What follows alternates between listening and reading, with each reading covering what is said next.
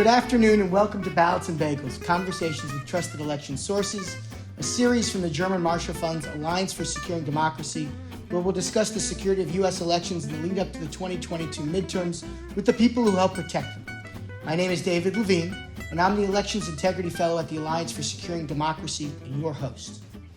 For today's second episode, I'd like to welcome Philadelphia Election Commissioner Seth Bluestein, one of three members of the Board of Elections in charge of election operations and voter registration for the city of Philadelphia, to discuss Pennsylvania's May 17th primary. Bluestein became commissioner in February 2022, but prior to serving as commissioner, he was chief deputy commissioner to former city commissioner Al Schmidt. Seth began working in the Office of City Commissioners in 2012 as a deputy commissioner before being promoted to chief deputy commissioner in 2017.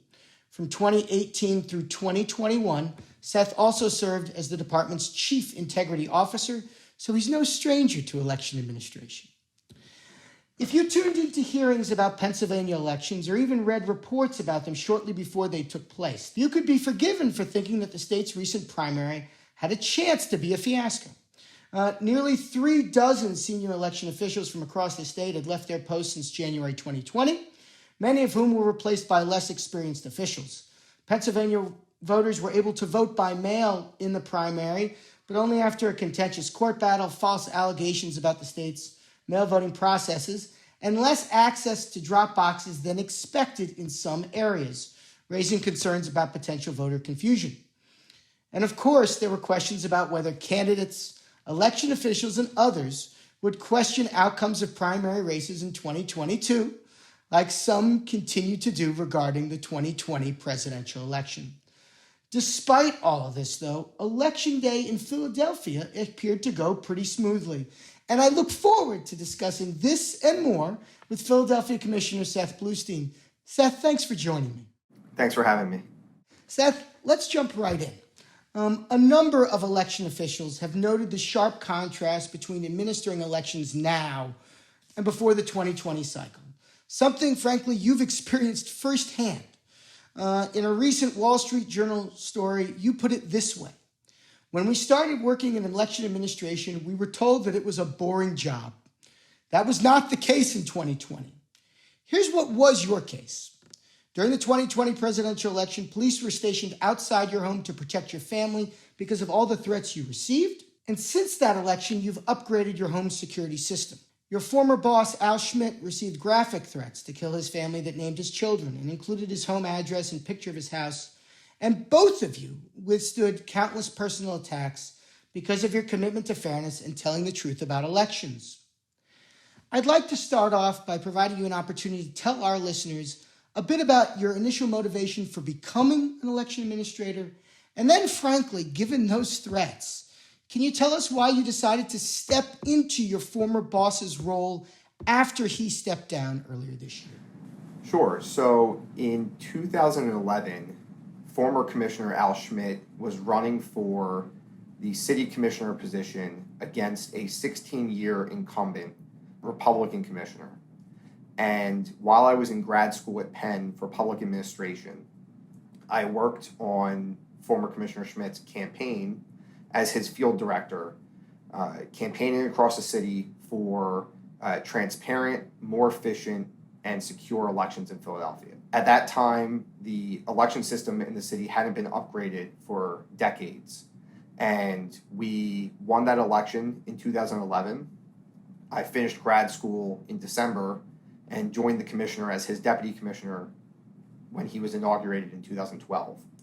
So going to grad school for public administration, I didn't necessarily have any visions of being an election administrator. I was learning about local government, nonprofit governance, and we kind of just happened to be running for an office that administered elections. And then for approximately 8 years or so, we administered elections in the same way, using the same voting machines we had used for decades, the same procedures, same processes, just with more transparency and more efficiency. We made a lot of upgrades to how elections were run in Philadelphia, but it really wasn't until 2019 when a lot of that began to change. because even leading into the 2020 election cycle, before we got into that, two major things happened that changed elections across the Commonwealth. First off, we had to purchase new voting machines. So following the 2016 presidential election, there were efforts by the governor and Department of State to get paper-based voting machines. Previous to that, we had used a DRE type machine. A direct recording electronic voting system. Yes. And we had to purchase those and implement them in the 2019 general election.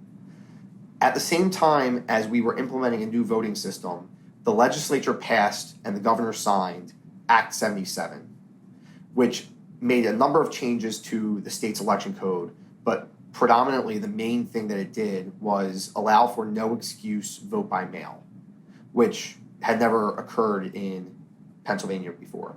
So, for example, prior to no excuse vote by mail, the largest number of mail ballots that we'd ever had in Philadelphia was in the 2008 presidential election, and that was around 20,000 ballots.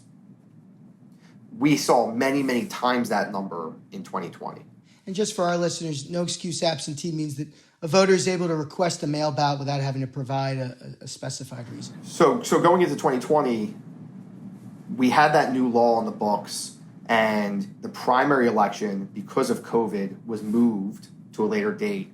We had to consolidate polling places and consolidate election boards because we didn't have enough of either of those. And we had to process over 175,000 mail ballots, which is many times more than the highest the city's ever done before, with no automated equipment. Everything was done by hand. So we learned a lot of lessons from that primary election going into the general election, and we were able to get, with grant funding, the type of equipment we need to sort, extract, and process and tabulate a significant number of mail ballots, which in the general election was 375,000.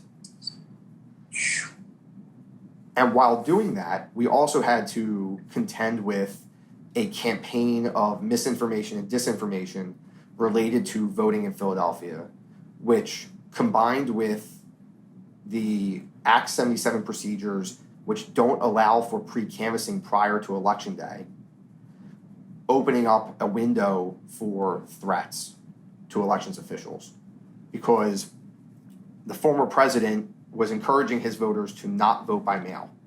So in Philadelphia, what you saw was Republicans voting in person on Election Day, and those results going in on election night, and then Democrats voting by mail, resulting in a blue wave of results being updated for 4 days after the election, and then ultimately the election being called for President Biden. But the difference there was because of who was voting by what method. One of the things to sort of come back to is what I thought was interesting was you actually, I think I heard you say that Pennsylvania's lack of pre-canvassing was actually posed a threat, right, for election officials. If you wouldn't mind, right, can you tell, for those folks particularly who are outside of Pennsylvania who might be listening to this, what pre-canvassing is, and can you connect that to, right, the threat that it poses for election officials? Sure. So pre-canvassing is the ability to review the outer declaration envelope to make sure that the voter who submitted the ballot is who you expect to receive the ballot from. Opening the envelope, extracting the ballot out of the envelope, flattening the paper that was folded in the envelope so that you can then run them through the tabulators, and doing all of that in advance of Election Day so that when the polls close on election night, all of those mail ballots can be included in the tally on election night in the unofficial returns. Prior to Act 77, when we only had to work with absentee ballots, nobody cared how long it took to process those ballots because there weren't enough of them to change the results of major elections. So in Pennsylvania, we have 2 weeks to canvass the ballots. That hasn't changed. We always have 2 weeks to canvass all the ballots. But then in 2020, half of the ballots were by mail. So you only had half of those results known on election night. And in America, we're used to watching the 11 o'clock news and seeing the returns coming in real time. And that wasn't happening because we weren't able to process any of those ballots until 7 a.m. on election day. And when you're processing hundreds of thousands of envelopes, secrecy envelopes, ballots, it takes a lot of time to get those results into the system. And what happens is people are concerned that they don't know the results on election night. And therefore, they start drawing up conspiracy theories, and bad faith actors start using that concern as an opportunity to sow doubt in the system.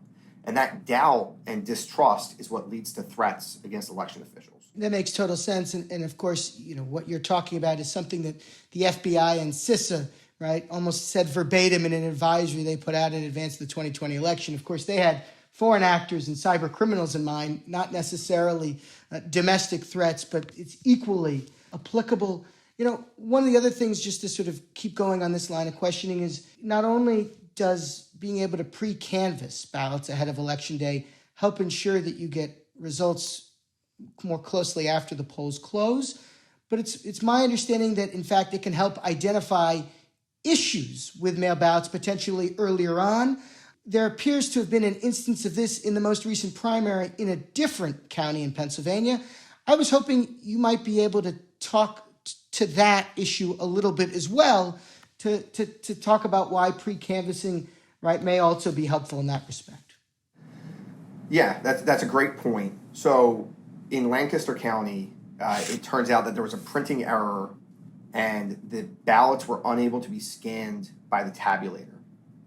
So they had to be remarked by hand by teams of canvassers so that new paper ballots could be scanned through the tabulators for them to get those results.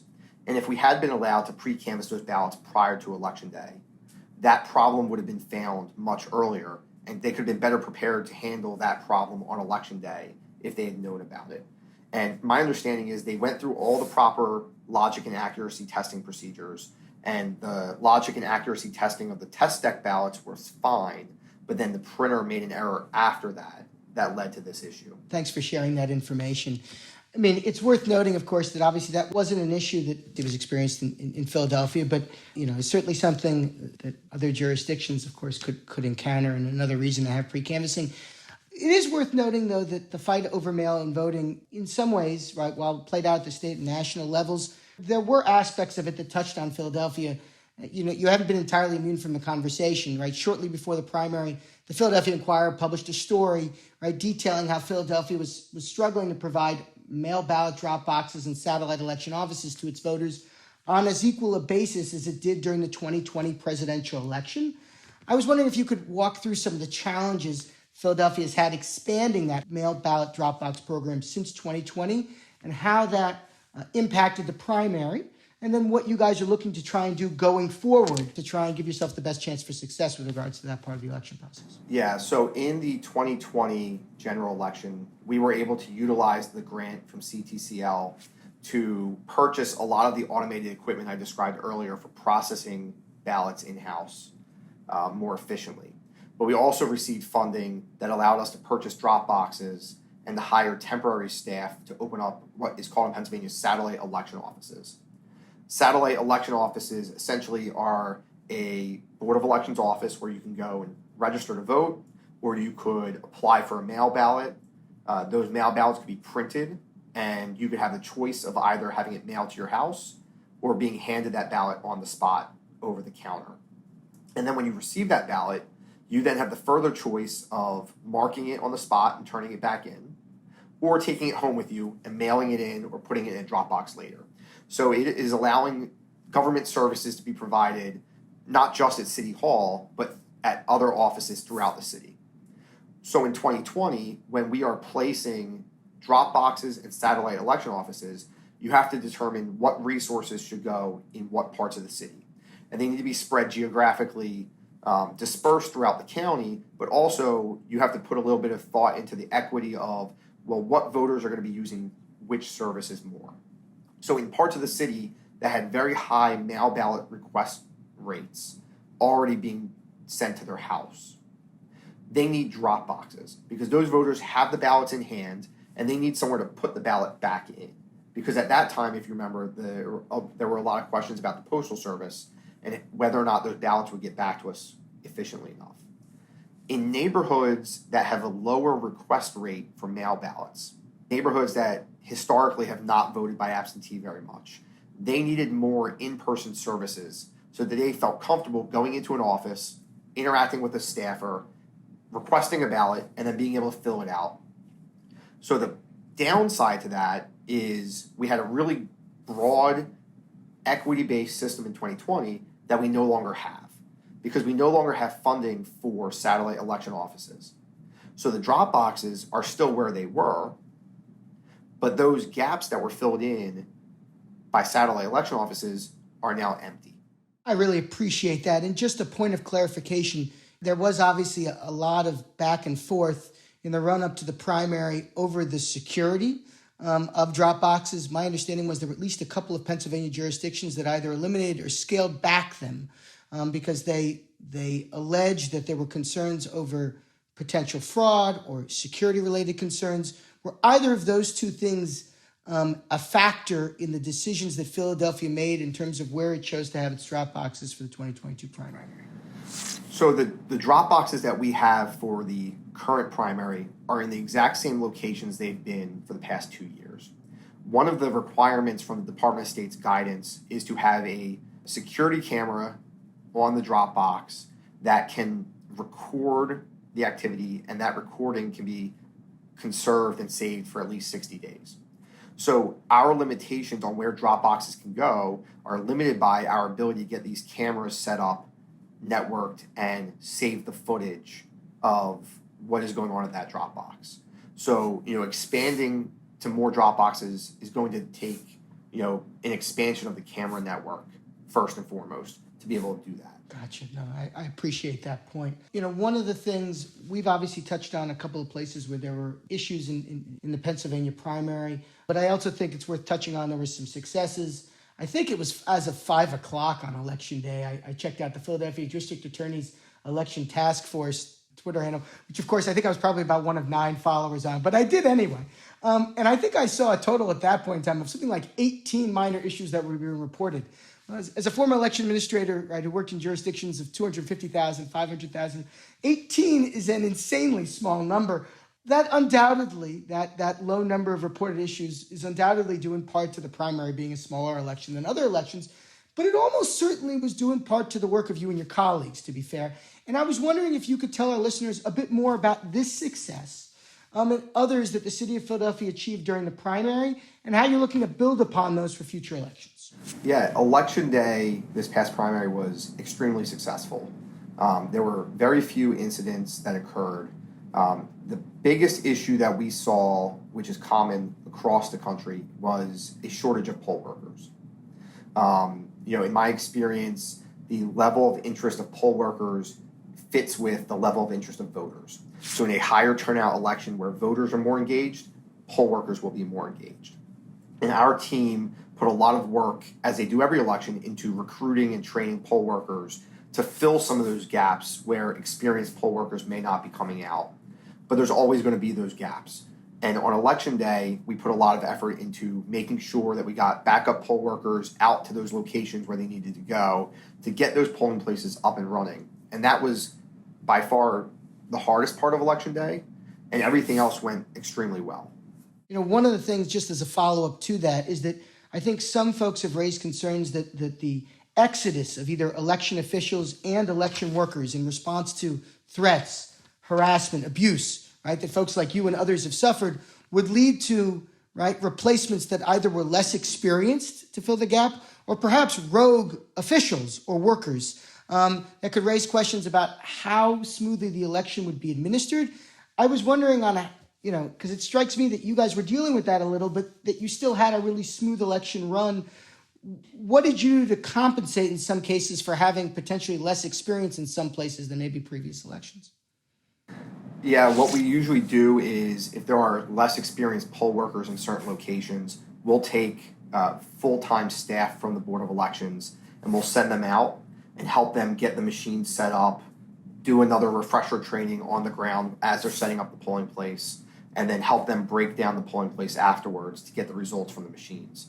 And then sometimes we'll even leave staff at certain locations where there are a lot of precincts so that they can kind of be there to help out the poll workers as they need it. Well, let's change gears a little bit. And, one of the things I'm interested in talking about is obviously there's what happened during the election and there's what others perceived happened during the Pennsylvania primary. Obviously ahead of the primaries, we talked about several candidates and officials spread false information about the results of the 2020 election and Pennsylvania's election processes. Many of the candidates running for U.S. Senate and governor continue to sow doubts about the legitimacy of the election. And as we touched on, in some jurisdictions, officials either scaled back or eliminated the use of drop boxes, not in Philadelphia, but elsewhere, based in part on allegations that these drop boxes were either insecure or too vulnerable to fraud. And what we know is obviously when people in positions of trust spread that kind of information, right, that combined with a lack of public understanding can create this scenario where people don't trust the results. And in worst case scenarios, situations like what we saw January 6, 2021, I'm curious about the proactive steps that you and your colleagues took to build relationships with voters and other stakeholders to counter, right, the false information you thought you might see and that you have been seeing now during and after the primary. For elections officials, we have a responsibility to be as transparent as possible and to have conversations with the parties and the different campaigns in advance so that they can build those relationships and have that trust. And it's even more important for Republicans like myself to develop those relationships so that we can talk to the individuals who don't have trust in the results right now and explain to them exactly what's happening, what the processes look like, and why the results are coming in the way they are. I appreciate the point you made. I mean, and I will note that while the issues around baselessly assaulting, right, the legitimacy of election results is something that is unfortunately principally an issue in one of the major two political parties, right? It's not alone. In fact, I mean, one of the things that I thought was interesting, Seth, was that I know that when your appointment was brought up to be a commissioner, right, that there were some that sort of opposed you, and as I read it, it struck me that the opposition stemmed less from your qualifications, your experience, than simply from your party identification. I'd like you, if you don't mind, to talk to the notion of this issue around election integrity being something that is not just something that is, solely, right, one party's problem, and why this is something that needs to be getting addressed right across the political spectrum. Yeah, and luckily, at the end of the day, my confirmation was not controversial. I ended up getting confirmed 15-1 by a bipartisan vote. And ultimately, that confirmation was because of my experience and qualifications, and it didn't, hinge on party affiliation. And like you said, there were few who didn't want any Republican confirmed whatsoever, regardless of that individual's experience or views on election administration. And it takes all of us to be able to look at the facts on the ground and to be truthful about what we're seeing and to not take the opportunity to turn this into a partisan game. Because if we do that, we're all going to lose. I couldn't have put that better myself. You obviously touched on, what you guys tried to do to sort of reach out to external stakeholders, including, right, other elected officials. I was curious about what you did with your team internally, right, to prepare for false information about the process. You've touched on, I think, a number of things that Philadelphia has done to try and make sure that its processes are more efficient. But I'm interested sort of broadly in what you did with your team to try and make sure that they were ready, because obviously this election was a bit different in terms of what to expect than certainly, for example, maybe what you were thinking about as you ran up against the 2020 presidential election. Yeah, so, before the 2020 general election, we actually did a tabletop exercise with stakeholders across the city, Office of Emergency Management, Office of Information Technology, the police, sheriff's office, the Board of Elections, and we were able to prepare our staff for what to expect based off that tabletop. And it was actually eerily, the scenarios, what was supposed to be the fake scenarios, were eerily close to what we actually experienced on Election Day. And the things that we talked through and learned from that tabletop made us more prepared for the 2020 general election. And then continuing that exercise over the next couple of years before each election, allowing us to prepare for what could potentially be coming down the pike, allows our entire team to be ready to administer the election on election day and beyond. Just as a follow-up to that, because I think that's a really interesting point you made, who was part of that tabletop exercise that you did right within the city of Philadelphia? Certainly I and maybe some others have familiarity with some of the tabletop exercises, right, that CISA, for example, right, within the Department of Homeland Security helps lead, and where you see election officials from either within the same state or different jurisdictions. But I'm curious, what entities came together within the city of Philadelphia that frankly helped simulate, in your words, right, something that was roughly along the lines of what you experienced? So that tabletop in particular was just Philadelphia. It was just so that our procedures across the entire city weren't siloed, making sure that we were all working together. We have participated in tabletops that included other counties, the Department of State, Pennsylvania Office of Emergency Management. So we've done more expansive ones with other jurisdictions in the past as well. But that one in particular that was so successful was Philadelphia run and Philadelphia operated. You've now obviously ascended to being one of the three commissioners. You've, I think, seen a great deal in your 10 plus years sort of administering elections. From where you sit today, what do you think is the biggest threat, right, to the integrity of U.S. elections? Whether election security, disinformation, voter access, or maybe something else. Yeah, I think there's two things. I think there haven't been any changes in Pennsylvania to the portions of the election code that allowed for the mis and disinformation to occur and the threats to occur. They haven't changed pre-canvassing. They haven't made it easier to administer elections, which is why you've seen so many election administrators across the Commonwealth leave. The second threat is the possibility that people who will purposefully subvert the will of the voters by their procedures or their stances that they take, that they will get into places of leadership in election management. In Pennsylvania, the governor appoints the Secretary of State. The Secretary of State has a lot of power to provide guidance and rules for how elections are administered in Pennsylvania. So if somebody gets elected in Pennsylvania who will appoint a Secretary of State who will purposefully make it harder to vote or subvert the will of the voters, that is a major threat to our democracy over the next 4 years. I think that's an excellent point. I know that I wrote a piece in the Fulcrum talking about how the conduct of elections is critical to a successful democracy. It shouldn't be a partisan issue. And obviously the Pennsylvania gubernatorial race, basically on the Republican primary side, among other races, is perhaps testing that proposition. Finally, as you begin to look towards the November general election, what's one piece of advice that you would give other election officials based on your primary experience? The biggest advice that I can give to prepare for November is supply chain, supply chain, supply chain. There may be some legislatures that intend to change the rules or the laws between now and November, but ultimately, even if you're going into November with the exact same rules in place as you currently are running your primary, you need to be prepared to order all of your paper, all your ballots, all of your materials now. Because even the best laid plans, you can be extremely prepared, but if your vendors aren't able to provide you what you need well in advance of Election Day, you're going to struggle in that last month to pull off the election. So that's really, I think, I know everyone's focused on their primaries, but at the same time, you have to be prepared to order everything you need now in advance for November. No, I really appreciate you raising that, Seth. I mean, the supply chain issue with regards to paper and the specific types of paper that are required to run an election was something that obviously was part of a roundtable hosted by Representative Rodney Davis. It was part of a Senate Rules hearing recently, and of course, it's something that continues to impact election officials across the country. So, thank you for raising that as well. Seth Bluestein, thank you for coming on to Ballots and Bagels to discuss the Pennsylvania primary, and good luck with your future elections. I'd like to thank Rachel Dean Wilson, Kayla Goodson, Krisha Sikora, and Hannah Foreman for making this interview possible, as well as Abby Foreman for her branding work. Ballots and Bagels, Conversations with Trusted Sources is a production of the Alliance for Securing Democracy. Thanks for listening in. Until next time, keep the faith in U.S. elections.